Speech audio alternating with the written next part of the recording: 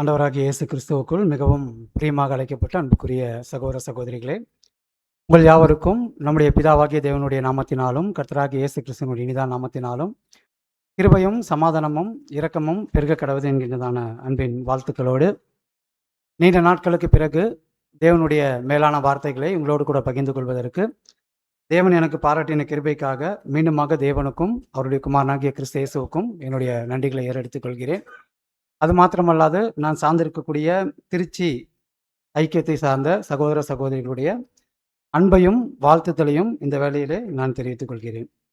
அன்பான சகோதர சகோதரிகளே, இன்றைய நாளிலும் சகோதரர் சொன்ன வண்ணமாக சீரான மனநிலையை அடைதல் என்கின்ற தலைப்பின் கீழாக தேவனுடைய வார்த்தைகளை சிறிது நேரம் நாம் தியானிக்கலாம். இன்றைக்கு புது சிருஷ்டிகளாக இருக்கக்கூடிய அல்லது தேவனுடைய பிள்ளைகளாக இருக்கக்கூடிய நாம் நம்முடைய வாழ்க்கையில் நாம் அதிக முக்கியத்துவம் கொடுக்கக்கூடிய ஒரு விஷயம் எது அப்படின்னா, உடல் சார்ந்த விஷயங்களா, மனம் சார்ந்த விஷயங்களா? மனம் சார்ந்த விஷயங்களுக்கு நம்ம அதிக முக்கியத்துவம் கொடுக்கக்கூடியவர்களாக இருப்போம். உதாரணத்துக்கு நம்ம சொல்லும்போது நம்முடைய புது சிந்தை இல்லைங்களா? இன்னும் நம்ம பார்க்கும்போது நம்முடைய மன அமைதி, மன சந்தோஷம் இல்லைங்களா, சாந்தம், இந்த மாதிரி மனதுக்காக, மனதின் விஷயங்களுக்காக அதிக முக்கியத்துவம் கொடுக்கக்கூடியவர்களாக நாம் அங்கே காணப்படுகிறோம். அந்த வகையில் நம்ம பார்க்கும்போது இன்றைய நாளிலும் நாம் அடைய வேண்டிய ஒரு மனநிலையை குறித்து தான் பாடமாக நம்ம சற்று நேரம் பார்க்க போகிறோம். அப்போ சீரான மனநிலையை அடையணும் அப்படின்னா நாம் எந்த மனநிலையில் அப்போ இருக்கிறோம்? எந்த மனநிலையில் இருக்கிறோங்க? சீரற்ற அல்லது சமச்சீரற்ற மனநிலை.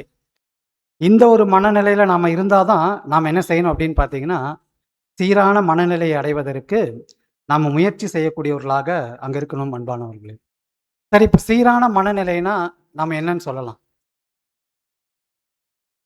சீரான மனநிலை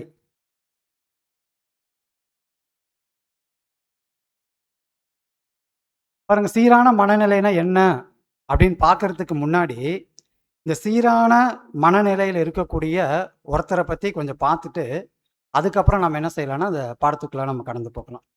அப்போ இந்த சீரான மனநிலையில் இருக்கக்கூடிய ஒருத்தர் யார் அப்படின்னு பார்க்கும்போது நம்முடைய பிதாவாகிய தேவன். இவர் எப்பேற்பட்டவர் அப்படின்னா எப்பயுமே ஒரு சீரான மனநிலையில் இருக்கக்கூடியவர் தான் நம்முடைய பிதாவாகிய தேவன். ஏன்னா தேவனை குறித்து நம்ம பார்க்கும்போது தேவன் இரக்கம் நிறைந்த ஒரு தேவனாக இருக்கார். அதே போல் அன்பின் சொரூபியா தேவன் அங்கே காணப்படுறாரு.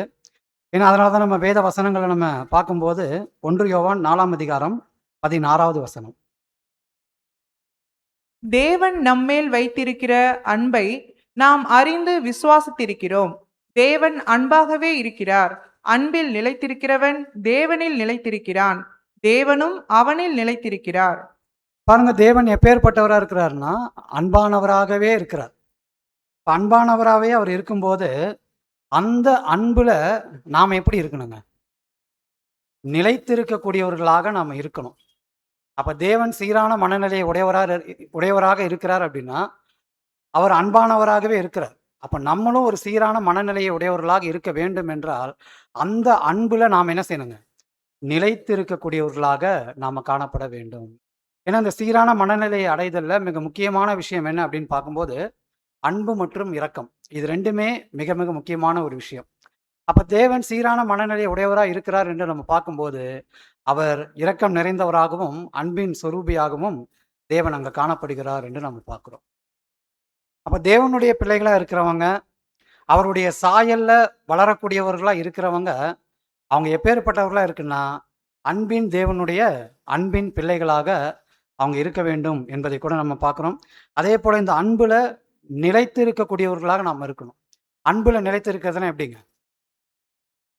ஏன்னா அன்புல எத்தனை வகை இருக்கு?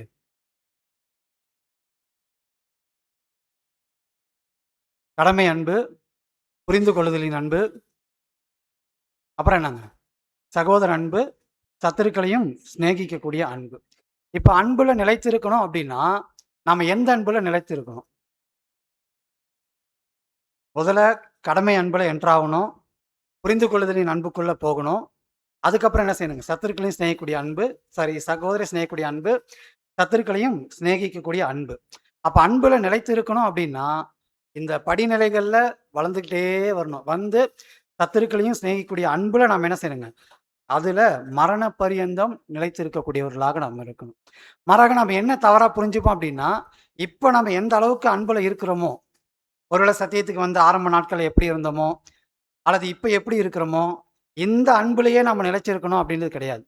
மாறாக இந்த 4 விதமான அன்புகள அல்லது அன்பின் படிநிலைகள்ல கொஞ்சம் கொஞ்சமா, கொஞ்சம் கொஞ்சமா, கொஞ்சம் கொஞ்சமா வளர்ந்து சத்துருக்களையும் சிநேகிக்கக்கூடிய அன்புல வந்து, அதுல மரண பரியந்தம் நிலைத்திருக்கக்கூடியவர்களாக நாம் அங்க காணப்படணும் அன்பானவர்களே. அப்படி நாம இருக்கும்போது, நாம தேவனைப் போல அந்த சீரான மனநிலை உடையவர்களாக அங்க நம்ம காணப்படுவோம். அடுத்த ஸ்லைட் போடுங்க பிரதர். அது வாசிங்க சிஸ்டர். நாம் எந்த அளவுக்கு புதிய சிருஷ்டிகளாக உறுதியான குணாதிசயங்களில் வளர்கிறோமோ அந்த அளவுக்கு அன்பு செய்கிற பண்பு வளர்வதாய் இருக்கிறது. பாருங்க, இப்ப இந்த அன்பு செய்யக்கூடிய பண்பு என்ன செய்யணும்னா, நமக்குள்ள வளரக்கூடியதாக இருக்கணும்.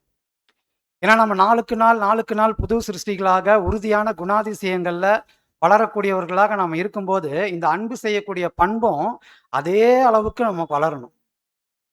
உறுதியான குணலட்சணங்கள்லாம் நம்ம என்னென்ன சொல்லாங்க? பொறுமை, சகிப்புத்தன்மை, இல்லைங்களா? இந்த மாரி நெறைய குணலட்சணங்கள். இந்த குணலட்சணங்கள் கூட இந்த அன்பு செய்யக்கூடிய பண்பும் வளரக்கூடியதாக இருக்கணும். அப்ப இந்த அன்பு செய்யக்கூடிய பண்புல நம்ம வளர்ந்தால் மட்டுமே தான், அன்புல நாம என்ன செய்ய முடியுங்க? நிலை கொண்டவர்களாக அல்லது நிலைத்திருக்கக்கூடியவர்களாக நாம காணப்பட முடியும். அப்ப இந்த பண்பு என்பது ரொம்ப ரொம்ப முக்கியம். அந்த அன்பு செய்யக்கூடிய பண்பு நமக்குள்ள வளரக்கூடியதாக அங்கு காணப்படணும். அடுத்த ஸ்லைட் போடுங்க. அடுத்து வாசிங்க சார். கூடுதலாக நம்முடைய நிதானிப்பும் மிகவும் துல்லியமானதாக இருப்பதையும் காணலாம். பாருங்க, அடுத்து நம்ம பார்க்கும்போது நம்முடைய நிதானிப்பு, அன்பு செய்யக்கூடிய பண்பு எந்த அளவுக்கு நமக்குள்ள வளருதோ, அதே அளவு நம்முடைய நிதானிப்பு. பொதுவா நிதானிப்புனா நம்ம என்ன சொல்லுவோம்? நிதானிப்பு. ஒரு வசனம் வாசிக்கலாம். லூக்கா 7ஆம் அதிகாரம் 43வது வசனம். சீமோன் பிரதியுத்தரமாக, எவனுக்கு அதிகமாய் மன்னித்து விட்டேனோ அவனே அதிக அன்பாய் இருப்பான் என்று நினைக்கிறேன் என்றான். அதற்கு அவர், சரியாய் நிதானித்தாய் என்று சொல்லி, பாருங்க, சரியாய் நிதானித்தாய் என்று கர்த்தர் இயேசு பேதுருகிட்ட சொல்லுவார். பேதுருகிட்ட ஒரு காரியத்தை சொல்லுவார். ஒருத்தர்கிட்ட 2 பேர் கடன் பட்டிருப்பாங்க. ஒருத்தர் அதிகமா கடன் பட்டிருப்பாரு. ஒருத்தர் கம்மியா கடன் பட்டிருப்பாரு. ஆனா அப்படி அவர் என்ன செஞ்சாருன்னா 2 பேரையுமே மன்னிச்சிருவார். அப்படி மன்னிக்கும்போது, யார் அதிகமா அன்பு கூறுவா அப்படின்னும்போது அவர் என்ன சொல்லுவாருங்க? யார் அதிகமா கடன் பட்டாரோ அவங்க தான் அதிகமா அன்பு கூறுவாங்க அப்படின்னு சொல்லுவார். அப்பதான் கர்த்தர் இயேசு அவரை சர்டிஃபை பண்ணுவார். நீங்க என்ன செஞ்சீங்க? சரியா நிதானிச்சீங்க. அப்படின்னா இந்த நிதானிக்கிற பண்பு என்பது நம்முடைய வாழ்க்கையில நாளுக்கு நாள், நாளுக்கு நாள் என்ன செய்யணுங்க? இதுவும் வளரக்கூடியதாக, அதே நேரத்துல மிகவும் துல்லியமானதாக அங்கு காணப்பட வேண்டும் அன்பான சகோதர, சகோதரி. இன்னைக்கு நம்முடைய வாழ்க்கையில நெறைய விஷயங்கள குறிச்சு நாம நிதானிக்கிறோம். இல்லைங்களா? என்னென்ன காரியங்களா நம்ம நிதானிக்கிறோம்? உதாரணத்துக்கு குழந்தைங்க வச்சிருக்கவங்க சொல்லுவாங்க, "என் பொண்ணு பாரு கொஞ்ச நேரத்துல அந்த கரண்டிய எடுத்து என்ன அடிக்க வரும்" அப்படின்னுவாங்க. கரெக்ட்டா அந்த குழந்தை என்ன செய்யுங்க? அதே நேரத்துல கொஞ்ச நேரத்துல அடிக்க வரும். அதே மாரி இன்னைக்கு அ என்ன சொல்றாங்க? மழை இன்னும் 1/2 மணி நேரத்துல வரும் அப்படின்னுவாங்க. வானிலை ஆராய்ச்சி மையம். அதே மாரி 4, 5 நாள்ல மழை வரும்னா, இதெல்லாம் என்னன்னா நிதானிப்பு தான். இந்த மாரி நம்முடைய வாழ்க்கையில நெறைய நிதானிப்பு இருக்கு. ஆனா இந்த நிதானிப்புகள் எல்லாவற்றையும் காட்டிலும் தேவனுடைய பிள்ளைகளா இருக்கக்கூடிய நம்முடைய சகோதர, சகோதரிகள் மேல, உலக ஜனங்கள் மேல, இல்லைங்களா? அவர்களுடைய செயல்பாடுகள் மேல நம்முடைய நிதானிப்பு எந்த அளவுக்கு துல்லியமானதா இருக்கு. அதுக்கு உதாரணம் நம்ம பின்னாடி பார்க்க போறோம். அப்படின்னா இந்த நிதானிப்பு என்பது ரொம்ப துல்லியமானதா நம்முடைய வாழ்க்கையில அது காணப்படணும். வசனம் வாசிங்க. 1 கொரிந்தியர் 2ஆம் அதிகாரம் 15வது வசனம்.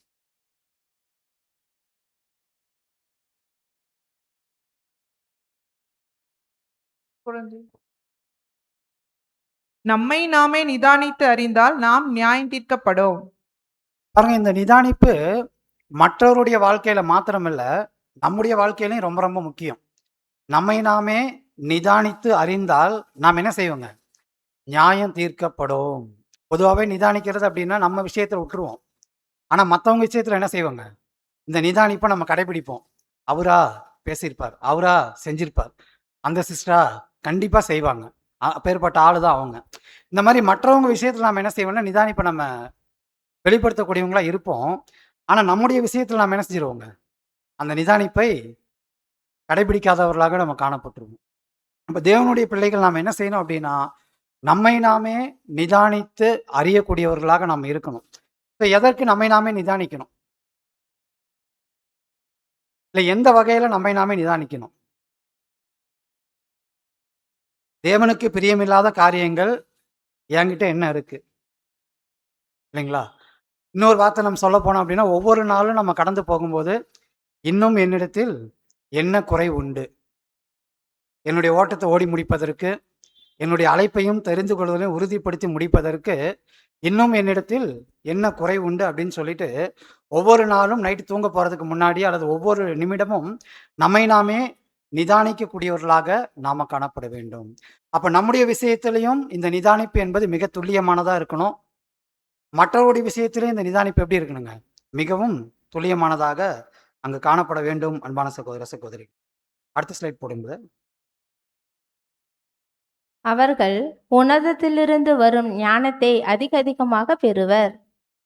பாருங்க, இப்ப நம்மை நாமே நம்ம நிதானிக்கணும் அப்படின்னாலும் சரி, அல்லது மற்றவர்களை நிதானிக்கக்கூடிய விஷயத்திலையும் நமக்கு எது தேவைங்க? எது தேவை அப்படின்னா ஞானம்.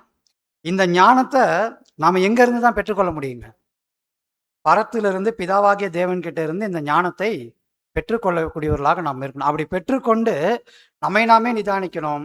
அதே போல மற்றவர்களை நிதானிக்கக்கூடிய விஷயத்திலும் இந்த ஞானத்தை நாம பயன்படுத்தக்கூடியவர்களாக நாம இருக்கணும். அப்படி பயன்படுத்தும் போது நம்முடைய நிதானிப்பு எப்படி இருக்குங்க? ரொம்ப துல்லியமா இருக்கும். நம்ம நிதானிச்சு பேசணும்னா கரெக்டா இருக்கும். நம்ம நிதானிச்சு ஒரு செயலை செஞ்சோம் அப்படின்னா கரெக்டா இருக்கும். இல்லைங்களா? உதாரணத்துக்கு நம்ம யாரை பார்க்கலாம் அப்படின்னா, கர்த்தர் இயேசுவுடைய வாழ்க்கையில நம்ம பார்க்குறோம். அவருடைய ஃபைனல் ஸ்டேஜ்ல யூதாஸ் காரியத்தை அவர் என்ன செய்றாருங்க? காட்டி கொடுப்பதற்காக எல்லாமே ரெடி பண்ணிட்டார். மேல் வீட்டு அறையில என்ன செய்றாருங்க? என்னோடு கூட இந்த பந்தியில இருக்கிற ஒருத்தர் தான் என்ன காட்டி கொடுப்பார் அப்படின்னு சொல்றாரு. யூதாஸ் என்ன செய்றாருங்க? அவர் சொன்ன மாதிரி கரெக்டா அங்க போறார். அதே போல வராரு, அந்த தோட்டத்துல அவரை முத்தத்தினால காட்டி கொடுக்குறாரு. கரெக்டா அவர்கிட்ட கேட்கிறாரு, மனுஷகுமாரனை முத்தத்தினாலவே காட்டி கொடுப்பாய். இந்த மாதிரி கர்த்தர் இயேசுவுடைய மிக துல்லியமான நிதானிப்புக்கு நிறைய விஷயங்கள் சொல்ல. அதே மாதிரி சாத்தான் அவர்கிட்ட வருவார். அவர் என்ன சொல்லுவாருங்க? அப்பால போ சாத்தானே அப்படின்னு கரெக்டா சொல்லுவார். அந்த மாதிரி அவருடைய வாழ்க்கையில நிறைய நிதானிப்பு அங்க காணப்பட்டுச்சு. ஏன் அப்படின்னு பார்க்கும்போது, உன்னதத்திலிருந்து வந்த அந்த ஒரு ஞானத்தை சரியாக பயன்படுத்தக்கூடியவராக கர்த்தர் இயேசு காணப்பட்டார். அப்ப இன்னைக்கு தேவனுடைய பிள்ளைகளா இருக்கக்கூடிய நாம் அன்பு செய்யக்கூடிய பண்புல வளரக்கூடியவர்களாக இருக்கணும். அதே போல நம்முடைய நிதானிப்பும் மிகவும் துல்லியமானதா இருக்கணும். அது மாத்திரம் அல்லாமல் மேலான நிதானிப்பை நாம் என்ன செய்யணுங்க? வெளிப்படுத்தக்கூடியவர்களாக நாம இருக்கணும். அப்ப இன்னைக்கு ஏதோ உலகத்தார மாதிரி நம்ம என்ன செய்யக்கூடாதுங்க? நிதானிக்கிறவங்களா நம்ம இருக்கக்கூடாது. அது ஒரு நடைபெற்று கொண்டு இருக்கக்கூடிய இந்த உலகத்தின் மீதான தீர்க்க தரிசன காரியங்களா இருந்தாலும் சரி, அல்லது நம்முடைய ஆவிக்குரிய வாழ்க்கையா இருந்தாலும் சரி, எல்லாத்துலயுமே எப்படி இருக்குன்னா ஒரு மேலான நிதானிப்பா இருக்கணும். நம்முடைய பிள்ளைகளுக்கான ஒரு படிப்பு சம்பந்தமான விஷயங்களா இருந்தாலும் சரி, இல்லைங்களா? அதே போல குடும்ப விஷயங்களா இருந்தாலும் சரி, எல்லாத்துலயும் ஒரு புது சிருஷ்டிகளா இருந்த ஒரு மேலான நிதானிப்பை வெளிப்படுத்தக்கூடியவர்களாக நாம் அங்க காணப்படணும். ஏன்னா எது இந்த புது சிருஷ்டியுடைய வாழ்க்கைக்கு ஏற்றதா இருக்கும், எது நம்முடைய ஆவிக்குரிய வளர்ச்சிக்கு ஏற்றதா இருக்கும், எது நம்முடைய ஐக்கியத்துக்கு ஏற்றதா இருக்கும், எது நம்முடைய அன்புல வளர்வதற்கு ஏற்றதா இருக்கும் அப்படின்ற ஒவ்வொரு காரியத்திலையும் சரியான ஒரு நிதானிப்பை வெளிப்படுத்தக்கூடியவர்களாக நாம் அங்க இருக்கணும். அன்பான சகோதர சகோதரிகள், 1 கொரிந்தியர் 11ஆம் அதிகாரம் 31 வசனம் வாசிக்கலாம்.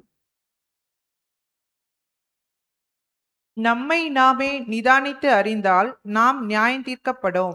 பாருங்க, நம்மை நாமே நிதானித்து அறியக்கூடிய விஷயத்துல நாம இந்த ஒரு மேலான நிதானிப்பையும் மிக துல்லியமான ஒரு நிதானிப்பையும் நம்ம கடைபிடிச்சோம் அப்படின்னா கண்டிப்பா நம்ம என்ன செய்யப்பட மாட்டோங்க? நியாயம் தீர்க்கப்பட மாட்டோம். அப்படின்னா நம்ம எதற்காக அழைக்கப்பட்டோமோ அந்த ஒரு அழைப்பையும் தெரிந்து கொள்ளுதலையும் உறுதிப்படுத்தக்கூடியவர்களாக நாம் அங்க காணப்படுவோம். அன்பானவர்களே, அப்படின்னு அந்த மேலான நிதானிப்பை நம்முடைய வாழ்க்கையில ஒவ்வொரு நாளும் நம்ம பயன்படுத்தி நம்முடைய அழைப்பையும் தெரிந்து கொள்வதையும் உறுதிப்படுத்துவதற்கு நாம முயற்சி செய்யக்கூடியவர்களாக நாம இருக்கணும். அன்பானவர்களே, பாருங்க, இன்னும் நம்ம பார்க்கும்போது இந்த ஒரு சீரான மனநிலையை குறித்து நம்ம பார்க்கும்போது, இந்த ஒரு சீரான மனநிலை ஒருவேளை இன்னைக்கு நம்மகிட்ட காணப்படுதா அப்படின்னு யோசனை பண்ணா நம்ம என்ன சொல்லுவோங்க? சீரான மனநிலை நம்மகிட்ட இருக்குங்களா? இல்லைங்களா? இருக்குங்களா? இருந்தா சந்தோஷம். ஒருவேளை இப்ப நம்முடைய உடன்படிக்கையின் வாழ்க்கைக்கு முன்னாடி நம்ம போயிடலாம். ஒரு புது சிருஷ்டிகளாக அடிப்படை சத்தியங்களை கேட்டு தேவனோடு கூட நல்மனசாட்சியின் உடன்படிக்கை செய்வதற்கு முன்னாடி நம்ம குடும்பத்தார்கிட்ட நாம எப்படி நடந்துட்டு இருப்போம்? நம்ம ஃப்ரெண்ட்ஸுங்கிட்ட நாம எப்படி பழகியிருப்போம்? இல்ல நம்ம குடும்பத்தார்கிட்ட நம்ம எப்படி நடந்து கொண்டிருப்போம்? இதெல்லாம் யோசிச்சு பார்க்க சொல்றார் சகோதரிங்க. கண்டிப்பா அப்படி நம்ம யோசிச்சு பார்த்தோம் அப்படின்னா, நம்முடைய ஆவியினால் ஜெனிப்பிக்கப்படுவதற்கு முன்னாடி வரைக்கும், நம்ம குடும்பத்தாரா இருந்தாலும் சரி, நம்முடைய நண்பர்களா இருந்தாலும் சரி, அவங்க கிட்ட நம்ம எப்படி பழகணும் அப்படின்னு கூட தெரியாதவர்களா தான் நம்ம இருந்தோமா. அல்லது ஒரு முறையற்ற பழக்கமா தான் அவங்க கிட்ட நம்ம காணப்பட்டிருக்கோம். அப்படின்னு இப்ப நினைச்சு பாருங்க. ஒருவேளை உடன்படிக்கைக்கு முன்னாடி நாம பேசின சில பேச்சுக்கள், நாம நடந்து கொண்ட சில நடத்தைகள், நம்ம பார்த்த சில பார்வைகள், இதெல்லாம் இப்ப நம்ம நினைச்சு பார்த்தோம் அப்படின்னா, நமக்கு வெட்கமா இருக்கா இல்லைங்களா? நான் அப்படி நானா அப்படிலாம் பேசினேன்? நானா அப்படிலாம் செஞ்சேன்? எனக்கே ரொம்ப அசிங்கமா இருக்கு. எனக்கே ரொம்ப கேவலமா இருக்கு. ஏன்னா, உடன்படிக்கைக்கு முன்னாடி நாம மற்றவர்கள்கிட்ட தொடர்பு கொண்ட விதம், அது ஒரு முறையற்றதா தான் இருந்திருக்கும். அதாவது ஒரு சீரான மனநிலையில இல்லாம, ஒரு சீரற்ற மனநிலையில தான் நம்ம காணப்பட்டிருப்போம் அப்படின்ற விஷயத்த சகோதரர் இங்க குறிப்பிடக்கூடியவரா இருக்கிறாரு. அதுலயும் குறிப்பா என்ன சொல்றாருன்னா, ஒரு அதிகமான ஒரு சமச்சீரற்ற மனநிலை உடையவர்களாக நாம அந்த காலகட்டங்கள்ல நாம இருந்திருப்போம் அப்படின்னு சொல்றார். இன்னும் கூடுதலா என்ன சொல்றாருன்னா, ஒருவேளை நம்ம மற்றவர்களுக்கு ஏதோ ஒரு வகையில இரக்கத்த காண்பிக்கணும், இல்ல அனுதாபத்த காண்பிக்கணும் அப்படின்னு நெனச்சு, நாம அவங்களுக்கு இரக்கத்த காண்பிச்சிருந்தாலும் சரி, அல்லது சில அனுதாபத்த காண்பிச்சிருந்தாலும் சரி, அது கூட எப்படிதான் இருந்திருக்கும் அப்படின்னா, அதுவும் ஒரு முறையற்ற விதத்துல தான் அது இருந்திருக்கும் அப்படின்னு காரியத்த பார்க்குறோம். இன்னும் நம்ம பார்க்கும்போது, சரி ஏதோ ஒரு வகையில அவங்களுக்கு பண உதவி செய்யலாம். அல்லது அவங்க கிட்ட இருந்து ஒரு நல்ல ஒரு பேர் வாங்கணும் அப்படின்றதுக்காக, ஏதோ ஒரு காரியத்த நம்ம செஞ்சிருந்தா கூட, அது கூட எப்படிதான் இருந்திருக்கும் அப்படின்னு நம்ம பார்க்கும்போது, மற்றவர்களை காயப்படுத்தக்கூடிய விதத்துல தான் அது இருந்திருக்குங்களாம். ஏன்னா நெறைய நேரம் நம்ம பார்த்துருப்போம். ஒருத்தவங்க பண உதவியில காணப்பட்டிருப்பாங்க. அவங்களுக்கு போய் நம்ம பண உதவி செய்வோம். ஆனா அவங்க என்ன சொல்லுவாங்க? நம்முடைய முகப்பாவனை, நம்முடைய செயல்பாடு, இது எல்லாத்தையும் வச்சு அவங்க என்ன சொல்லுவாங்க? பணம் இருக்குன்னு சொல்லிட்டு காட்டுறீங்களா? இல்லைங்களா? ஆனா உண்மையிலே நம்ம எப்படிதான் நடந்திருப்போம் அப்படின்னா, அப்படிதான் நடந்திருப்போம். எப்ப? ஆவியினால் ஜெனிப்பிக்கப்படுவதற்கு முன்னாடி. இல்ல ஒருவேளை நம்ம ஒரு நல்ல பேர வாங்கணுன்றதுக்காக மற்றவங்ககிட்ட நம்ம என்ன செஞ்சிருப்போங்க? சில அனுதாபங்கள காட்டியிருப்போம். சில நன்மைகள செஞ்சிருப்போம். அது கூட என்ன அப்படின்னா, அது ஒரு முறையற்ற அல்லது சமச்சீரற்ற ஒரு மனநிலையை காட்டக்கூடியதாக அங்க இருந்திருக்கு அன்பான சகோதர, சகோதரி. இன்னும் நம்ம போய் பார்க்கும்போது, மற்றவர்களை காயப்படுத்தக்கூடிய விதத்துல நம்முடைய பேச்சு, நம்முடைய செயல், நம்முடைய முக பாவனைகள், இது எல்லாமே என்ன செஞ்சிருக்குங்க? அங்க இருந்திருக்கும் அப்படின்றத கூட நம்ம பார்க்குறோம் அன்பானவர்களே. இன்னும் நம்ம பார்க்கும்போது, சில கடுமையான மற்றும் இறுக்கமான மனநிலையில நம்ம இருந்திருப்போம். உண்மையிலேயே வெளிப்படையா எப்படி பேசியிருப்போம் அப்படின்னா, நல்லா பேசுவோம் இல்லைங்களா? நல்லா பார்த்து சிரிப்போம், உதவி செய்வோம், எல்லாமே பண்ணுவோம். அல்லது எல்லாமே பண்ணியிருப்போம். ஆனா நம்முடைய மனநிலை எப்படி இருக்குங்க? ரொம்ப குறுகிய மனநிலை, ரொம்ப ஒரு இறுக்கமான ஒரு மனநிலை, ஒரு கடுமையான மனநிலையில தான் நம்ம என்ன செஞ்சிருப்போங்க? இருந்திருப்போம் அப்படின்றது கூட நாம் பார்க்கிறோம் அன்பானவர்களே. சரி இது எல்லாமே எப்ப அப்படின்னா, நம்முடைய ஆவியினால் ஜெனிப்பிக்கப்படுவதற்கு முன்னாடி. இப்ப என்ன செஞ்சுட்டோங்க? அடிப்படை சத்தியங்கள கேட்டோம். தேவனோட நல்மனசாட்சியின் உடன்படிக்கை பண்ணிட்டோம். இல்லைங்களா? தேவனுடைய சத்தியங்கள ஆழமான சத்தியங்கள கேட்க ஆரம்பிச்சுட்டோம். கிறிஸ்துவின் சாயலை நம்முடைய இலக்காக கொண்டு நம்முடைய ஓட்டத்த ஓட ஆரம்பிச்சுட்டோம். இப்ப தேவன் நமக்கு என்ன குடுத்திருக்கார் அப்படின்னு பார்க்கும்போது, 2 தீமோத்தேயு 1 அதிகாரம் 7வது வசனம். தேவன் நமக்கு பயமுள்ள ஆவியை கொடாமல் பலமும் அன்பும் தெளிந்த புத்தியும் உள்ள ஆவியையே கொடுத்திருக்கிறார். பாருங்க, இப்ப தேவன் நமக்கு என்ன கொடுத்திருக்காருங்க? தெளிந்த புத்தியின் ஆவியை தேவன் நமக்கு கொடுத்திருக்காரு. இந்த தெளிந்த புத்தியின் ஆவியில நம்ம என்ன செய்யணுங்களாம்? ஒவ்வொரு நாளும் வளரக்கூடியவர்களாக நாம இருக்கணும். முன்னாடி பார்த்தோம், அன்பு செய்யக்கூடிய பண்புல நம்ம வளரணும். இப்ப நாம என்ன பார்க்குறோங்க? தெளிந்த புத்தியின் ஆவியில நாளுக்கு நாள் நம்ம வளரக்கூடியவர்களாக நம்ம இருக்கணும். அப்படி வளரும்போது நாம என்ன செய்வோம் அப்படின்னா, தேவனுடைய சித்தத்திற்கும் தேவனுடைய ஆவிக்கும் இசைவான முறையில மற்றவர்கள்ட்ட எப்படி நம்ம பழகணும் அப்படின்ற விஷயத்த கற்றுக்கொள்ளக்கூடியவர்களாக நாம் இருப்போமா? இன்னைக்கு நம்ம கற்றுக்கொண்டு இருக்கிறோமா? அப்படின்னா என்ன சொல்லாங்க? கற்றுக்கொண்டே இருக்கிறோம். இன்னைக்கு ஒரு சகோதரன்ட்ட, ஒரு சகோதரிகிட்ட, அல்லது நம்முடைய உடன்படிக்கையின் ஆரம்ப நாட்கள்ல ஒரு சகோதர சகோதரிகிட்ட நாம பேசுனதுக்கும், இன்னைக்கு நம்ம பேசுனதுக்கும் வித்தியாசம் இருக்குங்களா இல்லைங்களா? அப்படின்னா நம்ம தெளிந்த புத்தியின் ஆவியில வளர்ந்து கொண்டே இருக்கிறோம். நாளுக்கு நாள் நம்ம என்ன செய்றோங்க? தேவனுடைய சித்தத்திற்கும் தேவனுடைய ஆவிக்கும் இசைவான முறையில பழகுவதற்கு கற்றுக்கொண்டிருக்கக்கூடியவர்களாக நாம் இருக்கிறோம் அன்பான சகோதர சகோதரி. அப்படின்னா இதை எது வரைக்கும் நம்ம கற்றுக்கொண்டுட்டே இருக்கணுங்க? மரண பரியந்தம் நம்ம கற்றுக்கொண்டே இருக்கக்கூடியவர்களாக நாம இருக்கணும். அப்படின்னா இன்னைக்கு ஒரு சகோதரனையோ ஒரு சகோதரியை பார்த்து பேசுறோம், பழகுறோம். ஒரு சின்ன கிளாஸ் வருது இல்லைங்களா? அல்லது ஒரு தவறான புரிந்து கொள்ளுதல் வருது அப்படின்னா நாம என்ன செய்யணுங்க? அப்பா, இவருக்கு நமக்கு என்ன செய்யாது? ஒத்தே வராது. நாளையிலேருந்து என்ன பண்ணிடலாம்? அவர் இப்படி வந்தாருன்னா நாம இப்படி போயிடலாம் அப்படின்ற ரீதியில நம்ம போயிட்டோம் அப்படின்னா கண்டிப்பா நம்ம என்ன செய்ய முடியாதுங்க?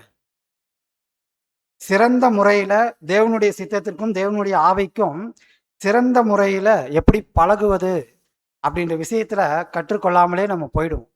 அப்படின்னா நம்ம என்ன செய்யணுங்க? இன்னைக்கு என்ன ஒரு மிஸ் அண்டர்ஸ்டாண்டிங், அதை நாம என்ன செய்யணுங்க? சரி பண்ணணும். நாளைக்கு ஒரு மிஸ் அண்டர்ஸ்டாண்டிங் வரும் இல்லைங்களா? இன்னைக்கு நம்மளால வரலாம், நாளைக்கு அவங்களால வரலாம், நாளான்னைக்கு மூணாவது ஒரு சகோதர சகோதரிகளால ஒரு மிஸ் அண்டர்ஸ்டாண்டிங் வரலாம். ஆனா நம்ம என்ன செய்யணும் அப்படின்னா, ஒவ்வொரு நாளும் தேவ சித்தத்திற்கும் தேவ ஆவிக்கும் இசைவா எப்படி சிறந்த முறையில பழகுவது அப்படின்ற விஷயத்த நம்ம கற்றுக்கொள்ளக்கூடியவர்களாக நாம இருக்கணும். இன்னைக்கு தான் இந்த கற்றுக்கொள்ளக்கூடிய விஷயங்கள் எல்லாமே எது வரைக்கும்? இந்த மாம்சத்துல திரைக்கு இந்த பக்கம் இருக்கிற வரைக்கும் தான் நம்ம கற்றுக்கொள்ளக்கூடிய விஷயம். ஒருவேளை நாம மரிச்சு மறுரூபம் அடைஞ்சு நம்முடைய மீட்பரை போல அவருடைய சாயலை நம்ம அடைஞ்ச பின்னாடி இந்த கற்றுக்கொள்ளக்கூடிய விஷயமே என்ன செய்யாதுங்க? நமக்கு ஸ்டாப் ஆயிடும். ஏன் அப்படின்னா, இங்க கற்றுக்கொள்ளக்கூடிய வேலை நமக்கு மகிமையில போன பின்னாடி, மறுரூபமான பின்னாடி நமக்கு என்ன வேலைங்க? என்ன வேலைங்க? கற்றுக்கொள்ளுதல், அப்புறம் கற்றுக் கொடுத்தல். இங்க நம்ம ஸ்டூடண்ட்ஸ், அங்க நாம யாருங்க? டீச்சர்ஸ். அப்ப நம்ம டீச்சர்ஸா அங்க போகும்போது அங்க என்ன ஆயிடும் அப்படின்னா, இங்க பூமியில நம்ம அபூர்ணர்களா இருக்கிறதுனால நாம என்ன செய்யறோம்னா மரண பரியந்தம் நாம கற்றுக்கொண்டே இருக்கக்கூடியவர்களாக இருக்கிறோம். ஆனா நம்முடைய மறுரூபமாக்கப்படுதலுக்கு பின்னாடி திரைக்கு அந்த பக்கம் நம்முடைய பூரணமான அபூர்ணமானவைகள் எல்லாமே பூரணமானவைகளை என்ன செஞ்சிருங்க? மாறிடும். அப்படி எது எதெல்லாம் பூரணமாயிடும் அப்படின்னு நம்ம பார்க்கும்போது, முதலாவது விஷயம் நம்முடைய அன்பு.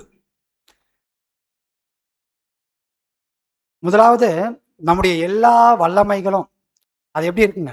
பூரணமானவைகளா அங்க மாறிடும்.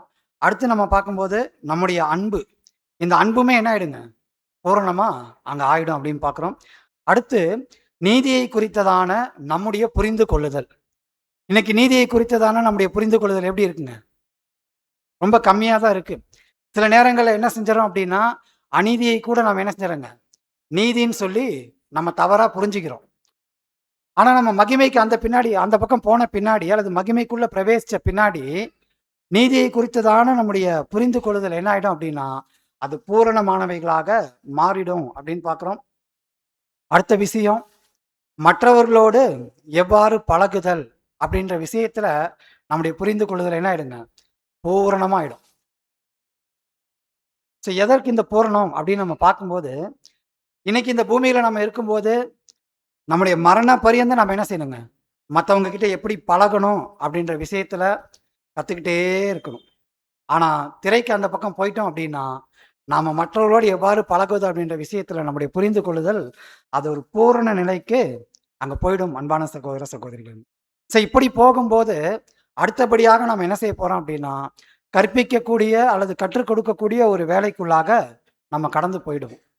ஆனால் இந்த பூமியில் நாம் இருக்கிற வரைக்கும் முன்னாடி நம்ம பார்த்த மாதிரி அன்பு, இரக்கம், நீதி இந்த குணாதிசயங்கள்ல முன்னேறாத ஒருத்தரும் என்ன செய்ய முடியாது அப்படின்னு சொல்லி பார்த்தீங்கன்னா, மகிமையில திரைக்கு அந்த பக்கம் போய் செய்யக்கூடிய ராஜ்யத்தின் வேலைகளை செய்வதற்கு அவங்க தயார்படுத்தல அப்படின்ற ஒரு காரியத்தை நம்ம பார்க்குறோம். வாசிங்க சார். அதை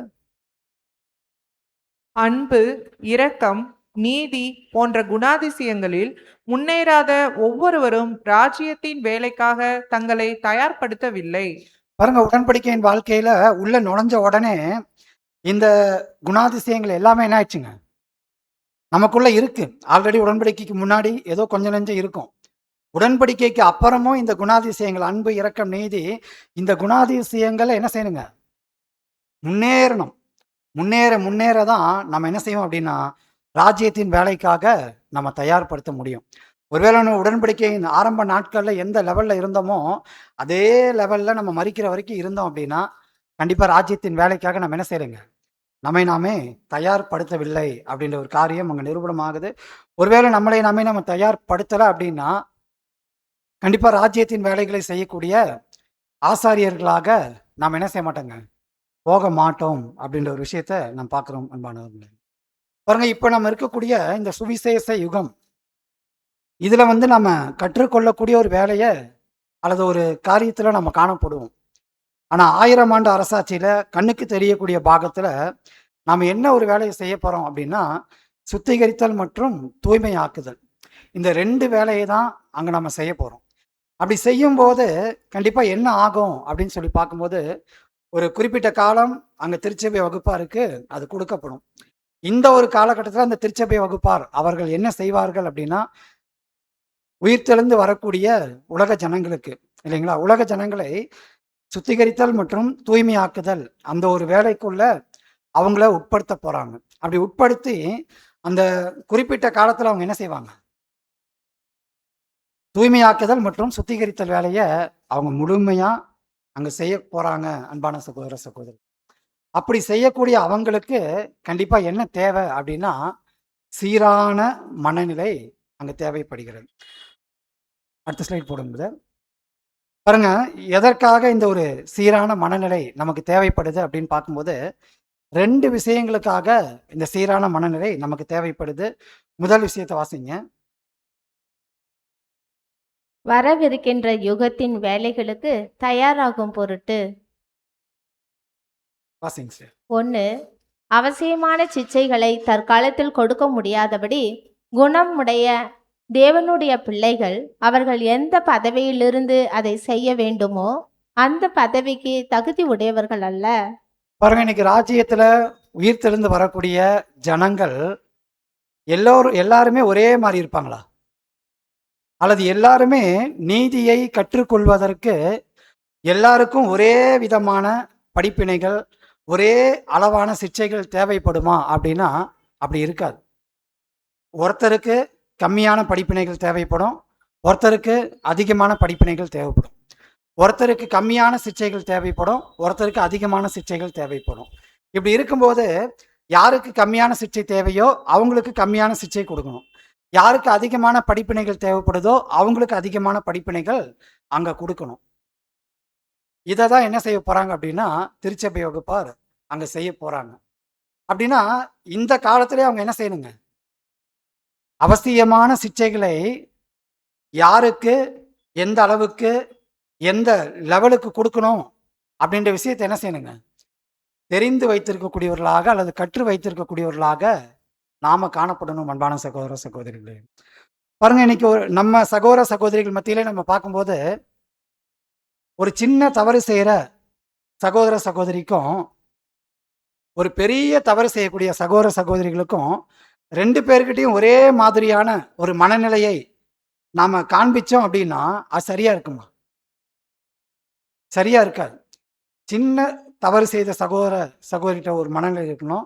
பெரிய சகோதர சகோதரி பெரிய தப்பு செஞ்ச ஒரு சகோதரனோ சகோதரிகிட்டயோ அவங்க கிட்ட ஒரு மாதிரியான என்ன செய்யணுங்க, அவர்களை சரியான பாதைக்கு கொண்டு வருவதற்கான மனநிலையை நம்ம வெளிப்படுத்தக்கூடியவர்களாக நாம் அங்க இருக்கணும். ஸோ இதே போல தான் ராஜ்யத்துல நம்ம என்ன செய்யணுங்க, யாருக்கு எந்த அளவுக்கு படிப்பினைகள், யாருக்கு எந்த அளவுக்கு சிக்ஷைகள் தேவையோ, அந்த அளவுக்கு குடுக்கக்கூடிய ஒரு மனநிலையை தற்காலத்திலே நம்ம என்ன செய்யணுங்க, பெற்றுக்கொள்ளக்கூடியவர்களாக நாம காணப்படணும். ஒருவேளை இப்ப நம்ம நெனச்சு பார்க்கலாம். இன்னைக்கு நம்ம எல்லாருமே தேவனோடு கூட நல்மனசாட்சியின் உடன்படிக்கை செய்து, இல்லைங்களா? தேவனுடைய பிள்ளைகளாக இன்னைக்கு நம்ம வளர்ந்துட்டு வரோம். இப்ப தேவன் நெனச்சிருந்தா, நம்ம எல்லாரையுமே கொண்டு போயிட்டு, யார் யாரெல்லாம் அவரோடு கூட அர்ப்பணிப்பின் வாழ்க்கைய தொடங்கியிருக்கிறாங்களோ, அல்லது செஞ்சு அர்ப்பணிப்பின் வாழ்க்கைய ஸ்டார்ட் பண்ணியிருக்காங்களோ, அவங்க எல்லாத்தையுமே கொண்டு போயிட்டு, வேற ஒரு உலகம் அல்லது வேற ஒரு யுகத்துல வச்சுட்டு, மறுபடியும் இந்த உலக ஜனங்கள் எல்லாருமே உயிர்த்தெழுந்து வந்த பின்னாடி, அவங்கள கொண்டு வந்து இங்க வச்சிருக்கலாம் இல்லைங்களா? வச்சிருந்து, அவங்களுக்கு நீங்க கற்றுக் குடுங்க, அவங்கள நீங்க ஆசீர்வதிங்க அப்படின்னு சொல்லியிருக்கலாம் இல்லைங்களா? ஏன் தேவன் நம்மள இதே உலகத்திலே வைக்கணும்? எதுக்கு முதல்? அனுபவங்கள்.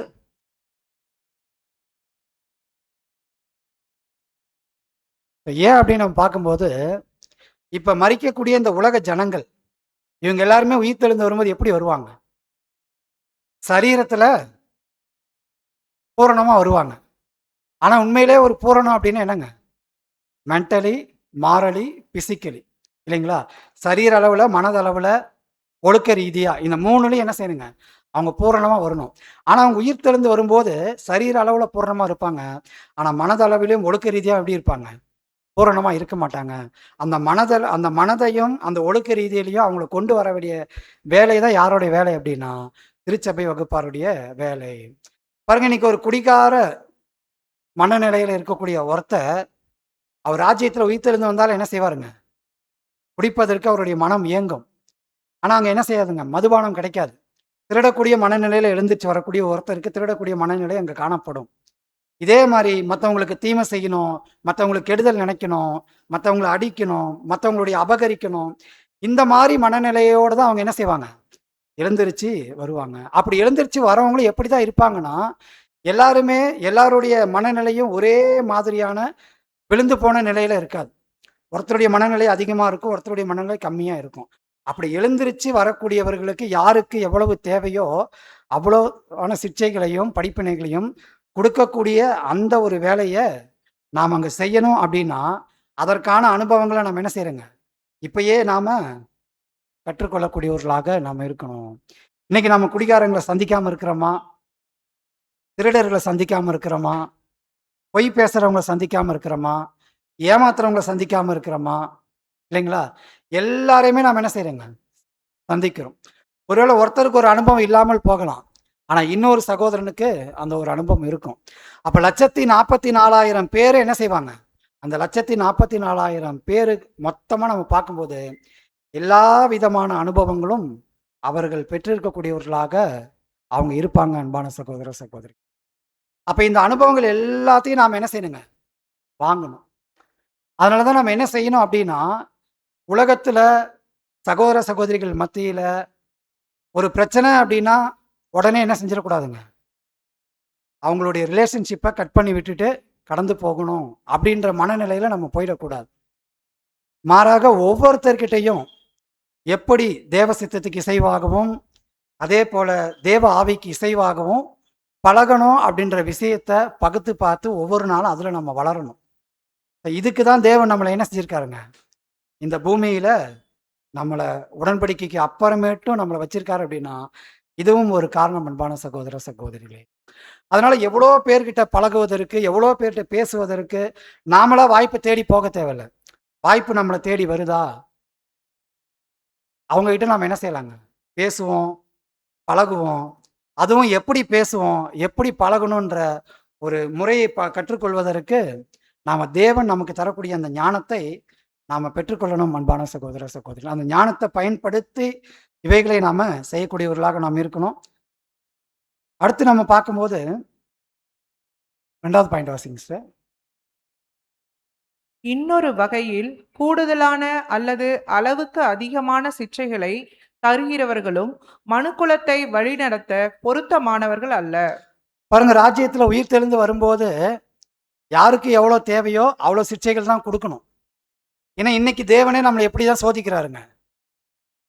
பிராணிக்கு மேலாக சோதிக்கிறது இல்லை. ஏன்னா இது வந்து தேவன் கிட்ட இருந்து திருச்சபை வகுப்பார் கற்றுக்கொள்ளக்கூடிய ஒரு பாடம். இன்னைக்கு தேவன் நம்முடைய வாழ்க்கையில இந்த ஒரு ஸ்கேல் தான் பயன்படுத்துறார், இந்த ஒரு அளவுகள் தான் பயன்படுத்துறார். இவங்களுக்கு இவ்வளோ சிக்ஷை தான் தேவைன்னா அவ்வளோதான், அவருக்கு அவ்வளோ சிக்ஷைனா அவ்வளோதான். இதே ஒரு அளவுகோலை தான் நம்ம எங்கே பயன்படுத்தணும் அப்படின்னா திருச்சபை வகுப்பா ராஜ்யத்தில் பயன்படுத்தக்கூடியவர்களாக இருப்பாங்க. அதே போல் அந்த மனநிலையை இங்கேயே நாம் என்ன செய்யணுங்க, வளர்த்து கொள்ளக்கூடியவர்களாக நாம் இருக்கணும்.